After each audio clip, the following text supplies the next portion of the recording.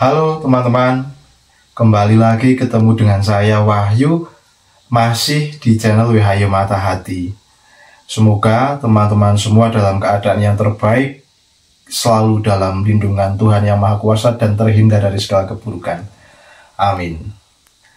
Ya teman-teman, di video kali ini saya juga masih pengen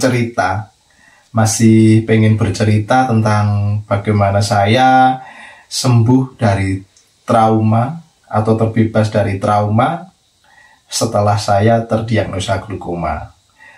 Di video yang sebelumnya atau sebelum video ini, saya akan cerita itu. Di situ saya cerita kalau dulu saya mengalami trauma. Setelah terdiagnosa glaukoma, saya trauma, takut untuk bertemu dengan orang. Orang itu yang saya maksud bukan hanya orang yang belum saya kenal sebelumnya, tapi juga orang-orang yang sudah pernah saya kenal. Saya pun merasa takut untuk ketemu, teman-teman. Nah, bentuk traumanya, ketakutannya seperti apa? Ya langsung aja nih, saya langsung cerita. Dan kembali lagi saya katakan nggak pakai lama, teman-teman. Jadi gini, teman-teman. Saya dulu pertama kali periksa itu diantar oleh orang tua saya, karena waktu itu adik saya masih kecil. Jadi di dalam pemeriksaan itu selalu saya tidak diberikan tahu oleh dokter waktu itu. Ini saya mengalami apa, ini sakit apa, itu nggak pernah. Sampai setelah dapat rujukan, baru saya tahu kalau saya itu kena penyakit glaukoma. Dari situ seiring waktu kan periksanya berulang-ulang, nggak cuma sekali, 2 kali, terus menerus, bahkan 3 hari sekali, 1 minggu sekali, 2 minggu sekali, dan seterusnya. Nah itu, di situ kan juga saya mengalami secara mental, secara psikis saya mengalami down atau penurunan.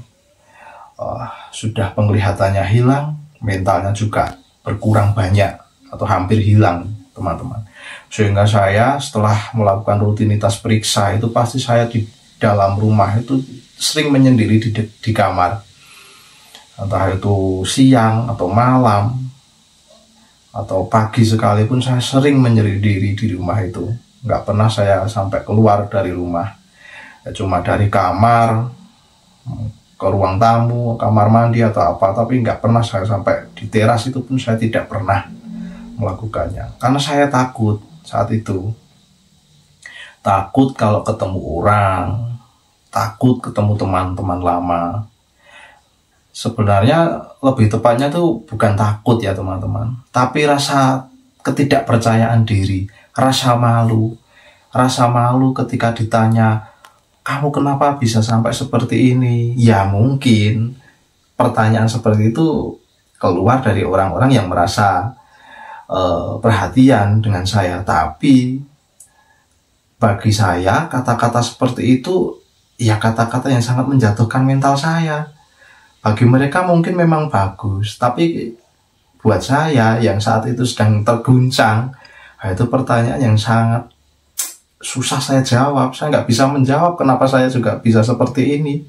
Apakah saya banyak dosanya, ataukah ini hukuman, atau apa? Semua pertanyaan itu juga terlintas dalam otak saya, berkecamuk, bergulung-gulung kayak ombak di tepi pantai itu. Sampai kadang-kadang saya ini juga sampai bingung, sampai nggak bisa mengendalikan diri. Tapi saya nggak sampai mengamuk, teman-teman. Kalaupun saya sampai menangis dalam keadaan itu, saya hanya 2 kali sampai saat ini. Karena ya itu, saya malu ditanyain orang, kok sampai kayak gini kenapa gitu. Wah, kamu kok sampai kayak gini berarti mungkin orang tuamu pernah berbuat dosa atau apa. Sampai ada yang ngomong kayak gitu, teman-teman. Sehingga semua yang campur aduk, rasa takut, rasa malu itu ada di dalam diri saya. Tapi beruntungnya itu tidak sampai lama, karena saya selalu punya kesadaran diri atas apa yang telah saya lewati sebelum saya sakit. Itu pun juga tidak mudah. Makanya saya juga tidak terlalu lama membutuhkan waktu untuk beradaptasi dengan keadaan saya.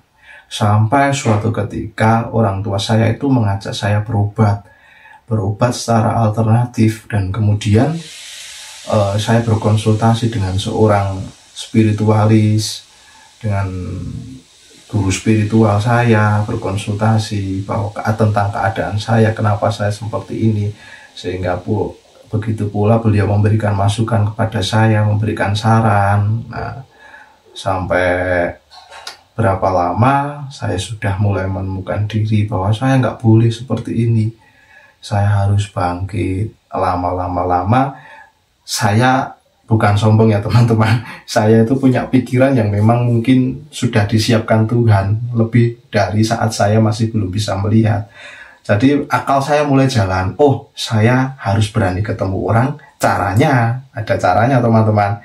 Saya ingat-ingat kalau si A misalnya teman saya itu suaranya kayak apa, si B kayak apa, oh dia kalau datang naik apa, seumpama naik motor, oh motornya motor apa, itu saya ingat betul. Jadi kalau saya dengar suara motor, oh itu si A yang datang, saya udah berani tuh di depan pintu, saya dengerin dulu sebelum saya buka pintunya, saya dengerin dulu dia datang kira-kira sendiri atau berdua.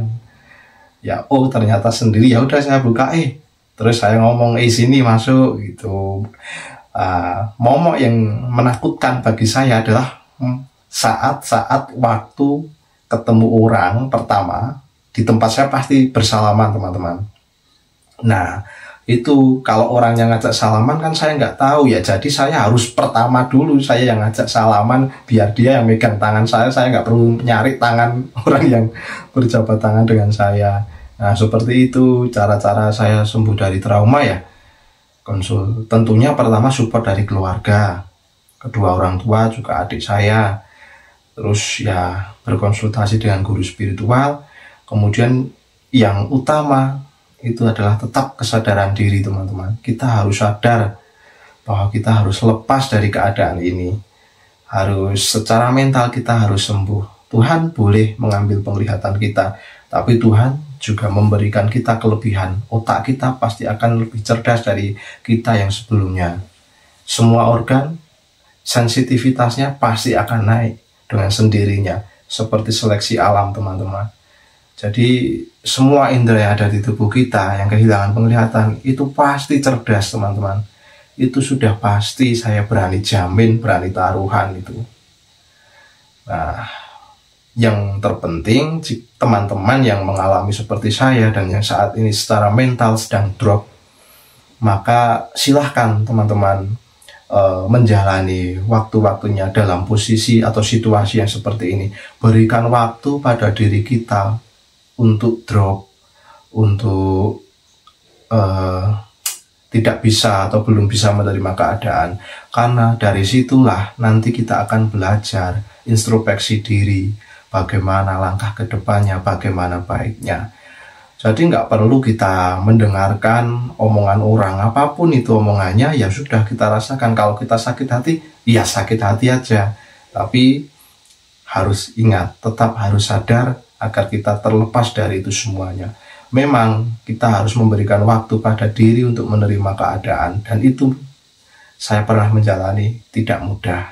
Tapi pasti bisa dan tidak akan memakan waktu lama jika kita menyadari bahwa hidup ini harus berjalan. Apa yang kita alami bukan karena diri kita yang terlalu banyak dosa, bukan ini hukuman dari Tuhan atau apapun, tapi yang kita alami adalah bagian hidup kita yang memang Tuhan sudah kehendakkan sebelum kita terlahir, teman-teman. Apapun itu, kita harus tetap berpositif thinking, harus selalu berpikiran positif terhadap apa yang terjadi pada diri kita. Yang tahu rahasianya, kenapa kita seperti ini, hanya Tuhan. Dan kita tidak perlu mencari tahu harus apa dan bagaimana bisa seperti ini. Sudah, lupakan saja. Introspeksi tetap, tapi jangan sampai berlebihan. Yang terjadi harus kita jalani, harus kita lewati. Kita pasti bisa bangkit dan menemukan diri beserta jati diri yang selama ini kita cari.